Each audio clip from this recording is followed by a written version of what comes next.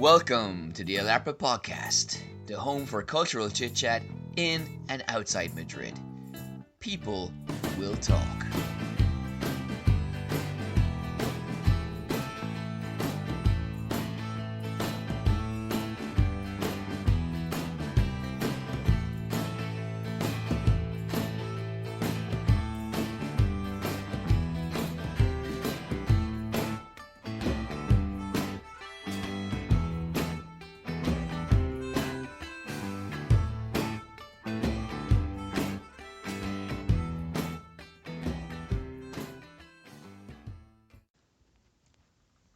The beast from the east roams through Madrid's streets and European cities and towns. How are you feeling, Mary? Alright, actually. Really? Yes. It's just raining. There's no snow here. You mean your house hasn't been invaded by soldiers in unmarked uniforms and balaclavas who you think are Russian, but because of their lack of insignia, you can't be sure? Not yet. Wait a second. That's not the beast from the east. We're talking about weather, aren't we? Yay! Yeah, so, for example, it's lots of snow in Ireland, but it's pissing rain here. Yeah. In Madrid. And you have come up with a brilliant idea for an Egyptology article. Now, I'm not going to ask you to go into detail about it, because I know how precious academics are about giving away too much information, how they jealously guard it. Now, you've told me some of it, but is there any detail you can give away regarding this development? No, because a project proposal. It's a proposal, so someone So can steal it. Yes, exactly. It's linked with Egypt, though, isn't it? Yeah. And sure. Spain. No, yeah. In particular. Okay. Now, for people who don't know about this region, can you fill us in a little bit? Well, it's the region in the south of Egypt and north of Sudan. Okay. Very prominent in a book you've given me as well about the Irish Pashwa. We'll talk about that more about that in part 2. Interesting character. Yeah. I haven't quite finished it yet, but as I said to you earlier, left it at a dramatic moment in the book. He'd just been clobbered in the back by an Egyptian youth. And Rightly so. I can't say I was too disappointed. But I'll try and finish it this weekend. Anyway, that's all part 2 stuff. Part 1, this is episode 2 of the Merry Rebirth. So welcome back to this. I feel more comfortable talking to you in the podcast now. Last week was a bit jittery because I wasn't used to it, but now I'm kind of back in the groove. Now? Thank you very much. You're welcome. Let's It's be honest. fine for me. It's fine for me now. That's what I'm trying to say. Now it's Yes, fine. yes. Okay. We have. It's been a week since the Picasso movie. Van Gogh. What? It's because I've been teaching about finding artwork that's rare, and I've shown a video of a Van Gogh being found, and also there's a reading of a Picasso being found. Now the Picasso, this is an interesting point. The students were really paying attention to this, weren't they? They were all ears. So the Picasso thing, it was only worth $7,000 because it was part of 100 prints, and it was made to advertise a ceramic bowl festival in France, believe it or not. While the Van Gogh, which was found, was like a sunset in a particular in some part of France, sold for 40 million in 1986 or 7, I think. Because it was found in someone's attic, and it was painted in the same period as his sunflowers, as his bedroom, and other kind of seminal Van Gogh work. So that's kind of why it sold for a lot of money, and also because there's not 100 other versions of it. So, but anyway, I digress. Has the memory of Van Gogh stay with you? Anybody have a lozenge? It's gonna get very tricky, say that name over and over again. But have you ever, have you been thinking about the Dutch Master in the past week? Well, I've been listening to the soundtrack of the movie that we watched, Loving Vincent. You have. Me too. What's your favorite track from that? Yeah, coincidence. What?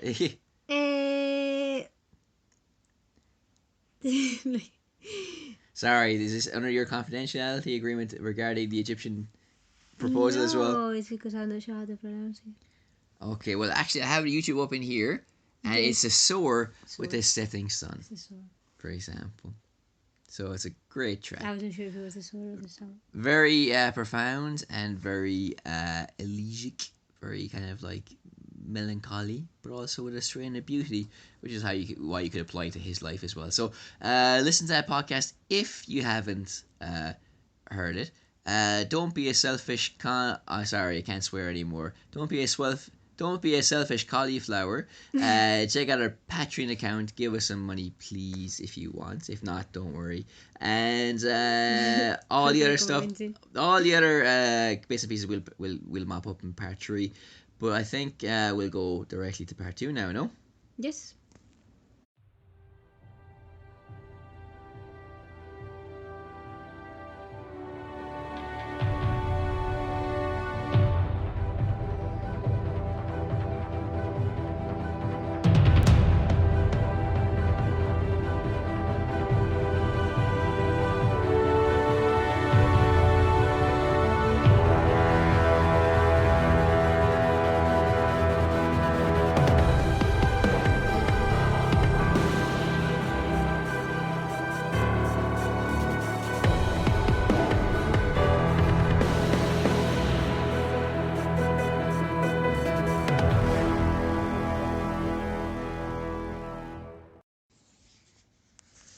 Speak into the mic. Okay. Speak son, louder. Okay. We've had a few complaints that they can't hear you. Really? Yeah, people are up in arms. That person. No, that person is you. That person doesn't speak into the fucking mic. Okay. Can you hear me now? I'm joking. No complaints. I promise. Okay. Talk. Well, we're going to talk about a book called The Irish Patois. It was a gift from you to me. Set the scene. Where did you buy it? What was happening? And why? Well, actually, that's quite an interesting part of the story. I bought it in an Egyptology bookshop opposite Luxor Temple. Wow. And it's quite a famous one because it's got loads of books, which are, well, slightly cheaper than they are in Spain, but much more expensive than they should be when you're buying them in Egypt. So I guess they take advantage of that. But you find some interesting titles and things that maybe are out of print here and so on. That's what I imagine these places to be, because if you go to museum shops, obviously, like, you'll get books that just aren't available anywhere else, and anything that's loosely connected to what's in the museum will be sold there. Yeah. So if there is like if you're in a Picasso museum and he did one advert for Camembert cheese, there'd be stills from that poster being sold there, even though it's not really relevant anymore. Yeah, well, it's not part of the temple or the museum. It's like a private bookshop, but obviously they take advantage of the fact that there are so many people that go and visit that are interested in. I mean, it's surprising. Some of the books are like really, like Egyptological stuff, that like manuals and things that are not, for the general public. So, but I think that they've just become quite famous. Like, people refer to it as going to the Egyptology bookshop, like, the Luxor bookshop everybody just talks about. Like the Alarpa Social Centre. It's exactly. a great place to be. You mentioned for the general public, some of the titles aren't for the general reader, but I have not grown up with a background in Egyptology. No. I haven't. I've grown up with a background in Raism, and not the Egyptian god, if you know what I mean. Yes, I know exactly what you mean. Any British government's agents listening, that was a joke. But no, my conception of the ancient world was always centered like on Greece and Rome. But yeah, which is probably it's a bugbear for Egyptologists, because they're stealing the thunder, and Egypt was a very significant ancient civilization. But I bring this up because in the book I'll go into more detail about this book momentarily, but it's very obvious that Egyptology and Egypt was very different. The moda, it was very fashionable, the rigueur, for a lot, like stretching back for a long time, and probably still is. There's a huge maybe not subculture, but a lot of people are truly fascinated by it, and more than I actually appreciated. So like when you see examples of people being fascinated by Egyptian history going back in time, if you come across accounts of people in 1900s falling in love with it, I don't know, does it make you feel happy, or are these different people approaching the same subject as you but in a different way? I mean, or has this like love of Egyptology been consistent over such a long period of time, or has it had a different cultural significance depending on the era that you're in? Wow, that's a big question. Well, I I think, asked it, so it's up to you to answer it. yeah, no, I think, yes, obviously there's been a fascination throughout history, even since ancient times, Greek and Roman times, even. Yeah. Well, I think it just depends. I mean, it depends whether I would class it like two ways. Like one is like the fascination for the flashy things, basically. So it's like everything that is goldy, glittery, and all this Yeah. that people like and are interested in that, regardless whether it's Egypt or whether it's any other culture.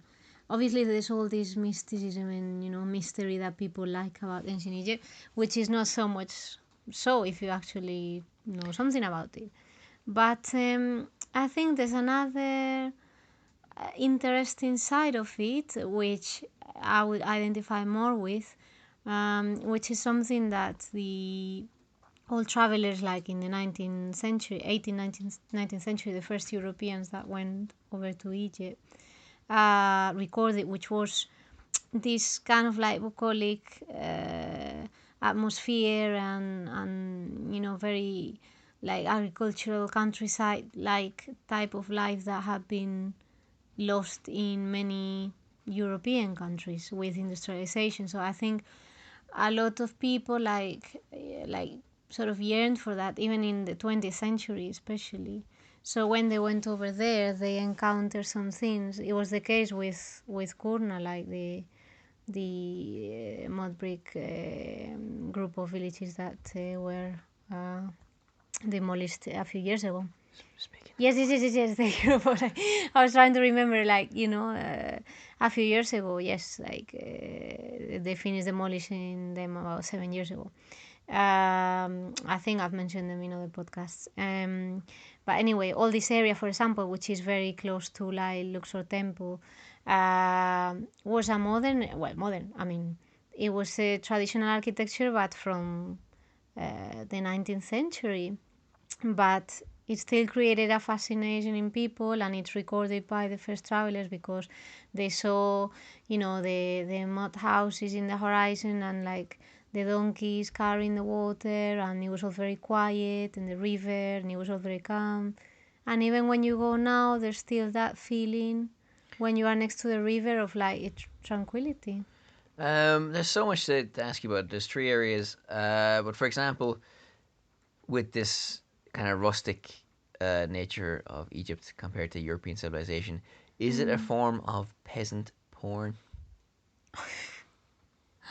God, when you say it like that. Well, it is an awful phrase, turn of phrase, but no, but there's a genuine question behind that because, like, none of these people really value.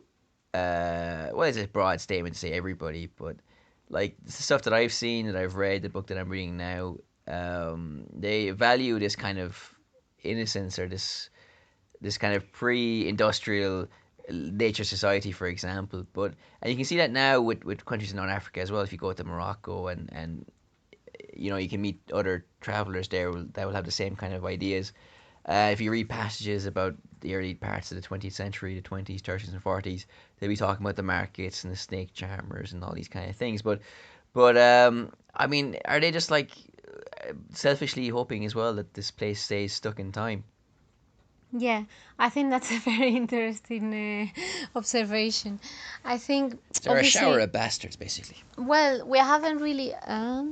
Sour biscuits. Yes, um, we haven't really spoken yet here about who was the person that wrote the book you're reading, and Well, so we'll get to that, yeah. But okay, yeah, so that's important because the appreciation that you made just now is related, very related to the sort of people that the social class that would write, or sorry, it's a biography about one of these people, basically, Yeah. upper class colonialists. Well, Yeah. exactly. And it is true that very much so that a lot of people kind of like expected, that this would always be a place where you could go and escape, the hustle and bustle, whatever.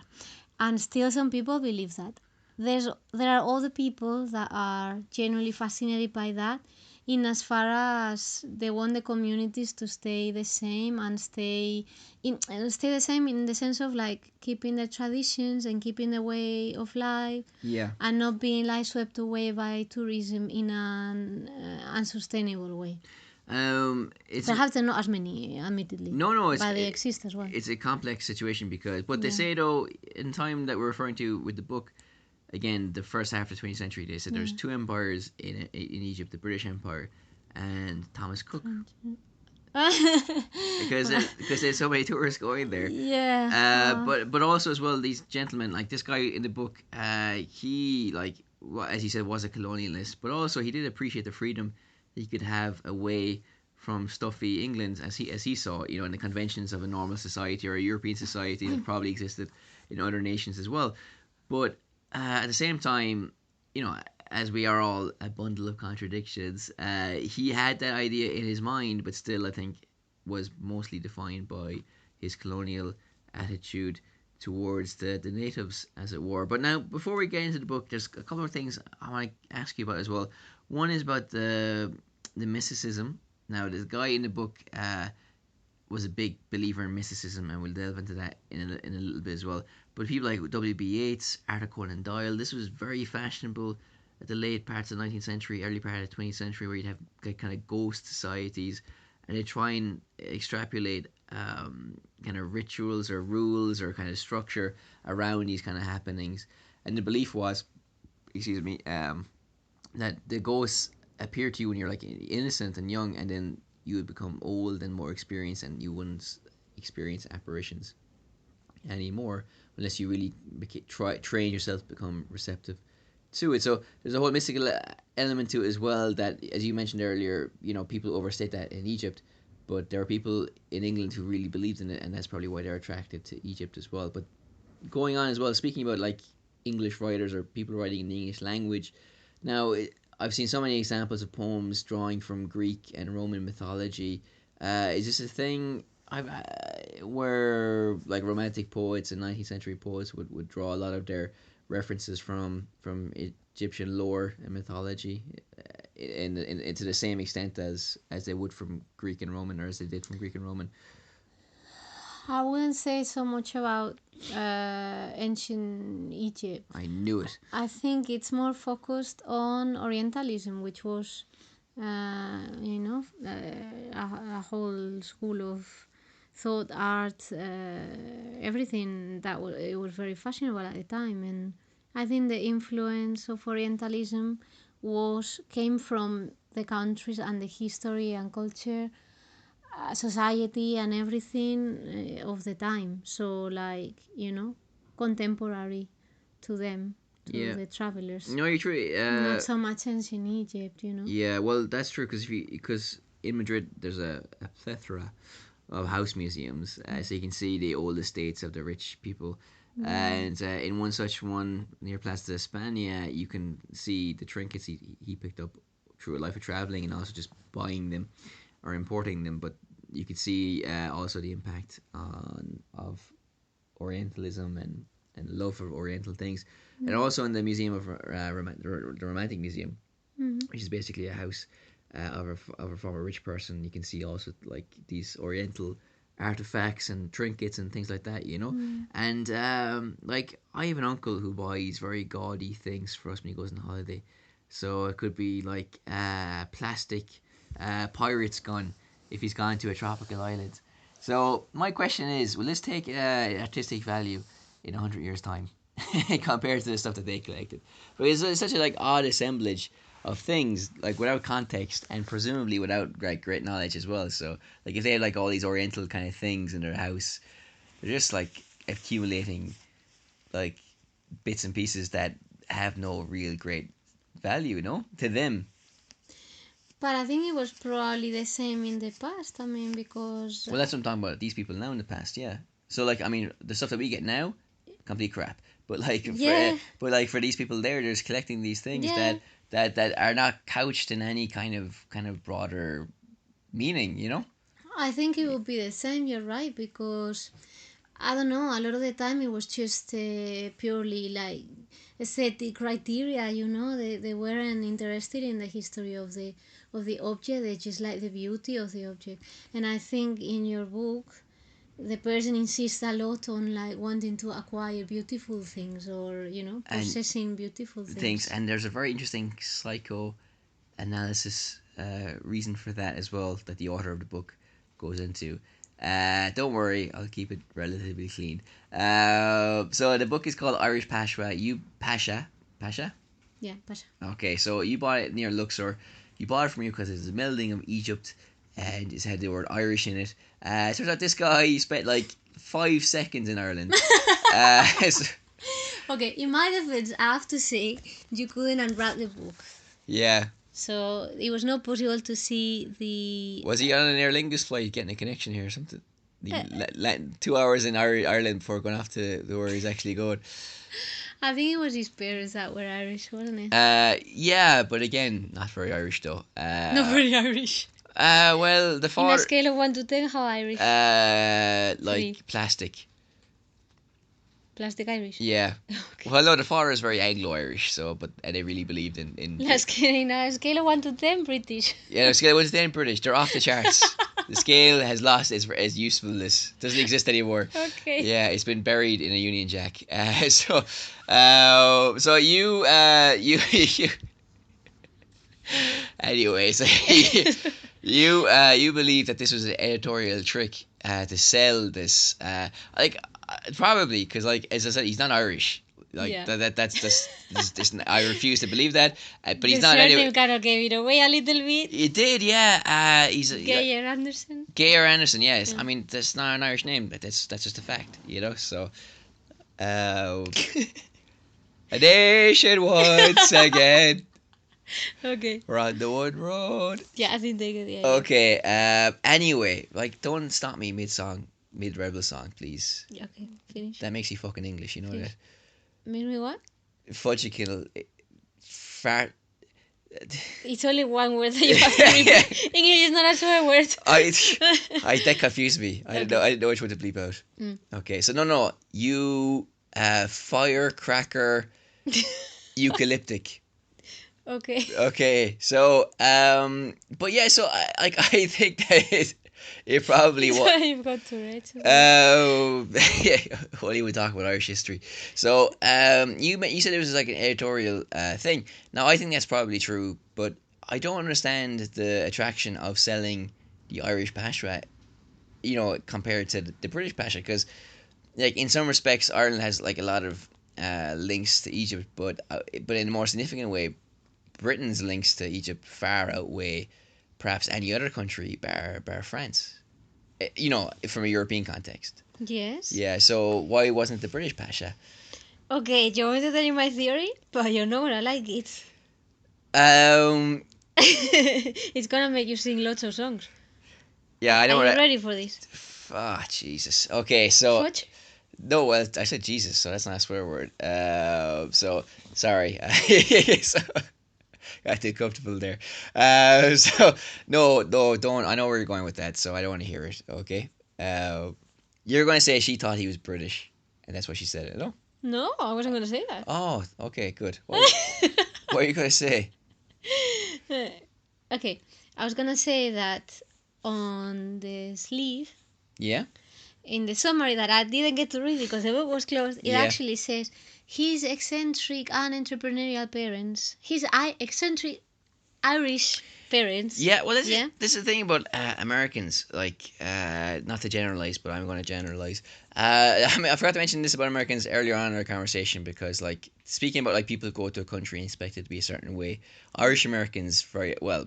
Yeah, I've heard stories of them coming up to Ireland when Ireland was in the middle of the Celtic Tiger boom and being very upset not to see like wattle and daub huts and and pigs roaming the streets kind of thing, you know. But anyway, that's from the previous part of the conversation. But what I wanted to say now is like I find that Americans when they write histories, like historical books, can be prone to those kind of like generalizations that you wouldn't see in history books anymore unless you're reading a history book from a contemporary She's time. American. She's American, yeah. Oh, so she was British. No, she's American, Okay. and the author. So, like if I was reading a book about Mick Collins, the big fella, by a contemporary of his, and you can see like this kind of early 20th century, like leaning on well, it was his melancholic Irish spirit and or Yeah. whatever, you know. But I think there's two things in the book. The book has gone more interesting since he's been to Egypt, which tells two things. One, that there's not that much interesting about a like upper crust toff swanning around, but it also reflects who he was as well as a person because like he felt more comfortable in Egypt as well. So it kind of tells us shows that like his life changed for the better, and the book is better written in that phase of the story. But she does kind of do that a little bit, but also as well as I mentioned to you earlier, while other days off podcast, she kind of explains some of his weird behavior with like throwing in Freud into the mix for no reason and then like just leaving it there and not analyzing it, you know. So it's kind of like, what am I supposed to do with this, you know? And I don't like people just throwing Freud willy nilly for no reason, you know. And like I told you about this as well, because I've written a football article and I've been talking about the Luis Suarez bite and how like loads of people just did very stupid articles about like, he's a vampire, because that's very popular in social popular culture now. But then in the Telegraph they did like this weird Freudian sexual analysis of like this oral biting fixation of Louis Suarez, for example. So I just kind of cringe when I see Freud being used. But like thankfully it's kind of petered out in the book. But yeah, like so yeah, his parents were eccentrics, but I think it's kind of like probably a little bit of stereotyping, because I think it's a technique to sell something, kind of like. So that's yeah. So maybe that's what feeds into the title Irish Pasha, which is a little bit misleading.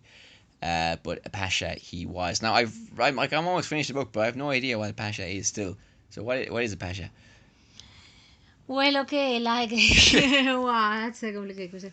Like, the past is like a title that comes from before. It's like, I think, I think here he's not really attaining that title. It's just a way of saying that he's very important. It's like saying, and I'm gonna get crucified. This is wrong, but Pasha in the past is like, I believe, a Turkish title. You can't get crucified in a Muslim country. Yeah, okay. Like Superintendent, like, you know what I mean? An honorary title. It's like a yes. Okay, fair enough then. Yeah, the book. Well, you haven't read it. Obviously, you've given it to me.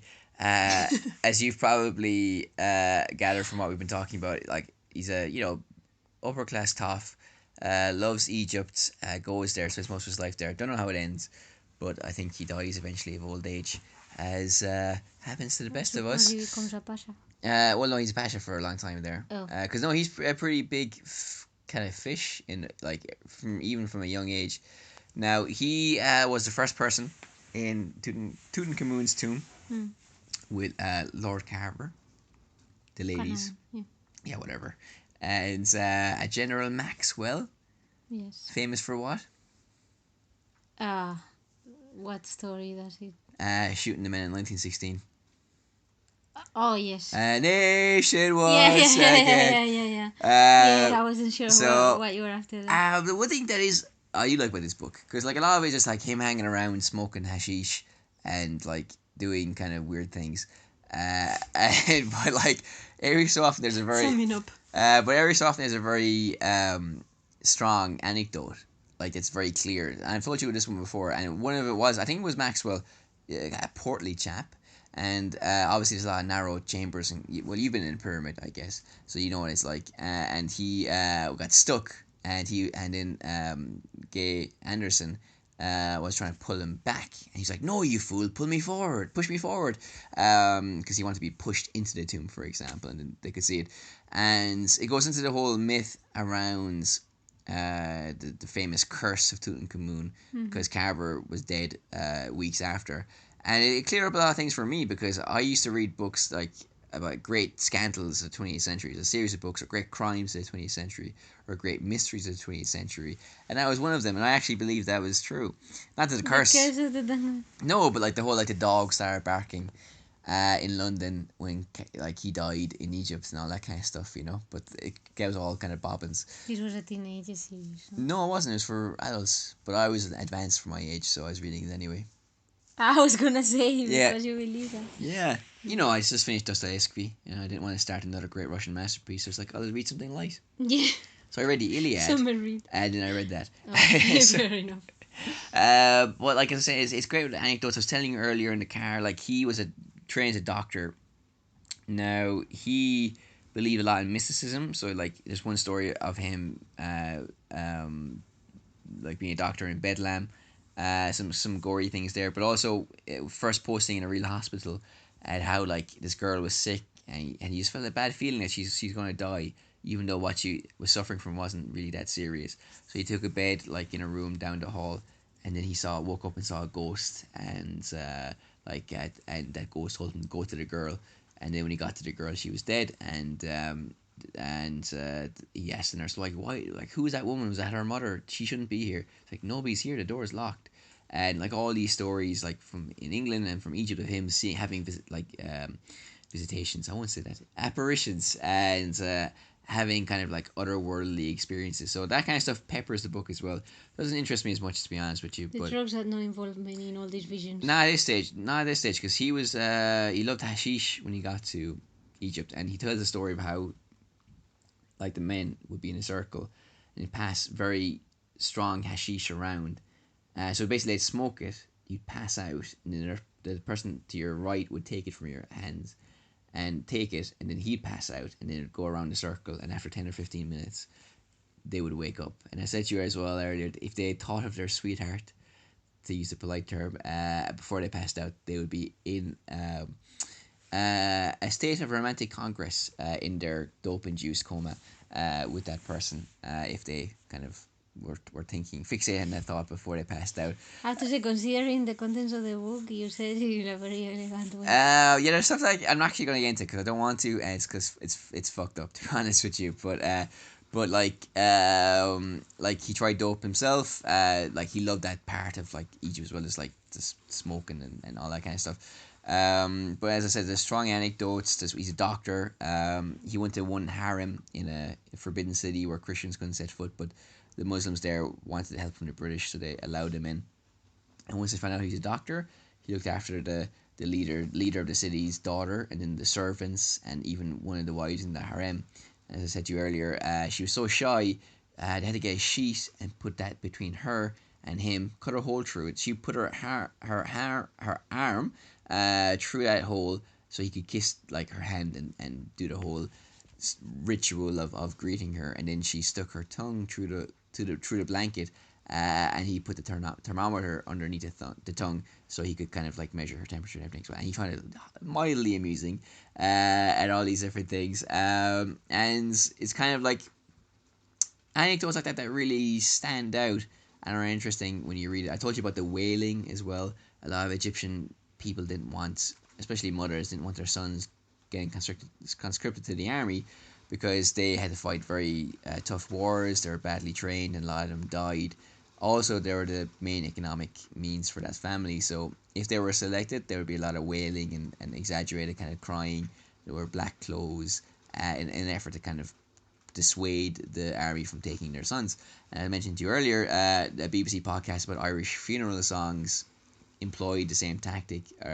So when people die, you have this like very exaggerated kind of wailing, like very dramatic almost. And even when people were leaving for America, you'd have this kind of singing as well. So that's one link between Ireland and Egypt, whether it's a direct link or not, but kind of similarity in approach of tragedy. Happens in ancient Egypt too. And and kind of, well, not in Ireland anymore, but before, in the 50s, 60s, and obviously in the 19th century, and probably before that as well. And it's a fascinating book because you do see, like, I don't have any sympathy for him. Like, there's some books you read, you think, well, this guy, we wouldn't get along in real life, but, he has a redeeming feature.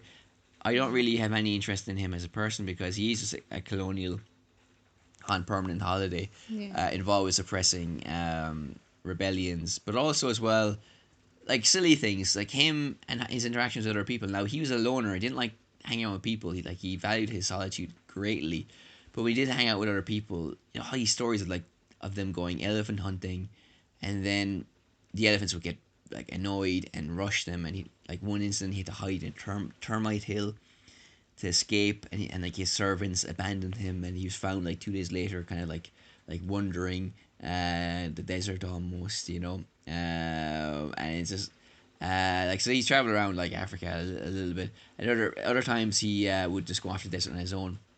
He's found like naked and babbling because like he just wanted to test himself if he could survive in a desert situation without many supplies and water, for example. So it's like people who don't really understand where they are getting into scrapes because they're just kind of like it's all a big game, for example, Mm. and not really like even their servants will just abandon them at the drop of a hat, for example. Mm. But there's interesting things because you had the like in 1923, I think Egypt becomes an independent state, so Mm. very not so long after Ireland's, and like the point of the book where I am now is the 20s, so you can see this kind of revolution happening, British people being targeted, and also like stories of murder, and there's one story of a train journey where 3 or 4 British officers were murdered after like a train stopped at one town. The Sikhs who were fighting with them got off to quell the problem there. Left the Brits on their own. The Brits weren't armed, and in like the next station they got like murdered basically in the train stop for 15 minutes out of fear or collusion, for example. So like there's a suggestion of things changing.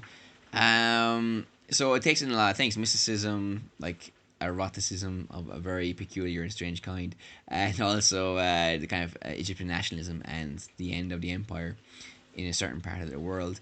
No, but you mentioned, well, I can't remember what you mentioned, but like in a romantic life, he fell passionately in love with a woman when he was a doctor. She was a patient, but because he was so intense, she like just didn't want anything to do with him after a while, and he swore off women for the rest of his life, except for Literally. his mother. So an eccentric character links to Lawrence of Arabia, Montgomery, Kitchener, so like a lot of famous names. And the book is kind of peculiarly written because like in some ways it goes into detail, other times it is kind of very coy, and I'm not really sure why it's coy. But what the argument does make is that a lot of these kind of like upper crust gentlemen of the British Army were almost emotionally retarded in some way. And I'm not sure if it's because of the public school system or the expectations of society, but for a whole generation of men, and probably for a large generation of men before that, they were kind of like maybe messed up a little bit, But then, there's a long read in the Guardian. Didn't have time to read it, but they're talking about is British establishment dead? But also as well, like they mentioned in the book, how the idea of British masculinity, and by extension masculinity probably in other countries, was kind of more effeminate or more dandyish maybe before the Oscar Wilde case, and then it became very strictly defined. And then how we see masculinity, like in an early 20th century sense, like kind of like being strong and manly, and being kind of like good with your hands and these kind of things, became the kind of dominant idea of what masculinity is, for example. So, it's a book that's at the apex of a lot of things, so you can kind of like see broader trends behind it. It's an interesting book. So, thanks for buying it. Well, you're welcome. All these just to say thank you. Yeah, that's why I had a podcast to say thanks. So I've been talking a lot. You say something now. Well, now, like, Yeah. completely out of context. Non sequitur or something related to this. I don't wait. No, well, I think I I agree with your analysis, but I think this is kind of like an upper class disease, like it's something what you were saying. I think it could be said of a certain segment of society nowadays, anywhere No, in Europe, well, even Uh, today now as well. Like in modern world, I mean, yes, yeah, it's true. because well, it's just like kind of like shelter education, and it was I found it interesting what you said about how he went into the wild and he almost had like no recollection that he was in danger or whatever because he wasn't sure where he was. And I think that's interesting because I've wondered about that a lot of times with a lot of travelers, because obviously you have some that were really Egyptologists and some people that were there traveling and all that, that are always upper class, the first travelers, and a lot of them put up with really uncomfortable situations and very harsh conditions and things that they didn't know anything about. They didn't know the country, they didn't speak the language. Yeah. But you sort of see that they manage, Well, or apparently they manage. Well, it was a part of the British Army in Egypt. They had to learn Arabic. Most of them didn't, but this guy, Gay Anderson, um, threw himself into it and learned it very well. But also, there's a part of the desert where he was sent to kind of like do medical experiments or do a research because of this kind of particular type of illness that was going through the people there, like through rebellious area, like very rough terrain. And he was like, "Sign me up! I can't wait for this boy's own adventure of no return." Almost. Yes, maybe because he was in the army, okay, he took the time to learn the language, but what I was trying to say was that they had conditions that, you would have thought, oh, they're upper class, there's no way they're gonna put themselves through that. But they just had these, which to be honest, I think you still see nowadays sometimes for me. People that seem to find it so easy, but then you think, well, it's actually because they're not aware of the reality around them. They just think it's a game. To me, it's like seeing it as a game, and at the end of the day, it's a very upper class attitude to see things like that as just play, because I suppose from their point of view, they have nothing to lose.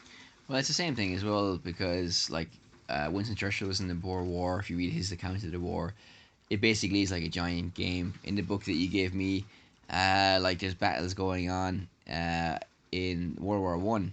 You saw like Gallipoli and fighting the Turks, and how like these Anzac soldiers would be kind of playing games on the beach, and every so often the Turk would shell them, and they kind of hide and then go back playing again.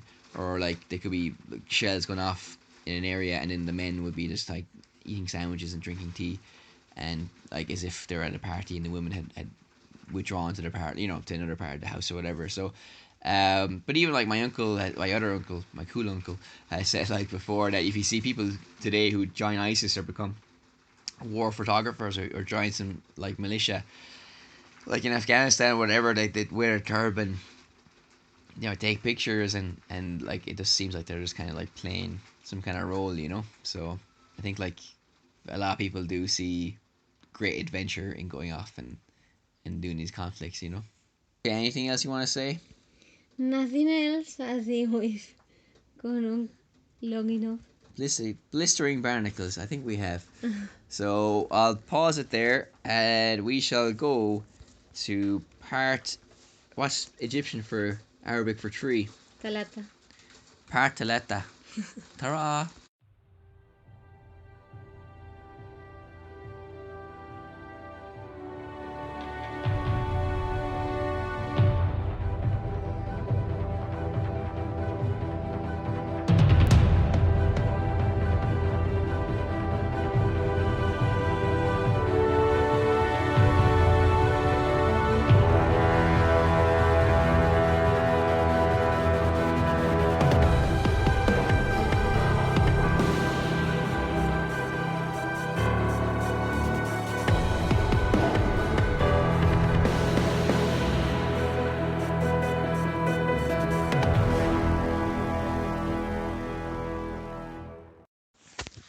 So, thank you for listening to all of that.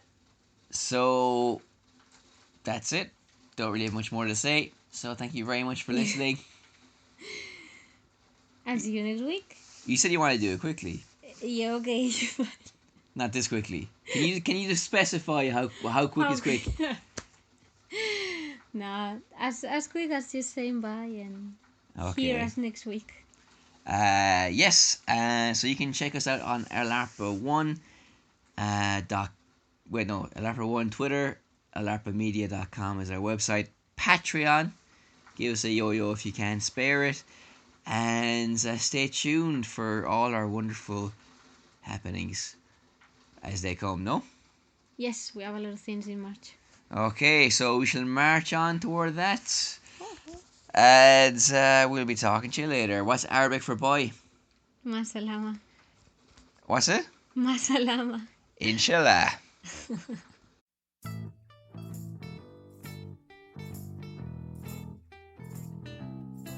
The Elaborate Podcast, the home for cultural chit chat in and outside Madrid. People will talk.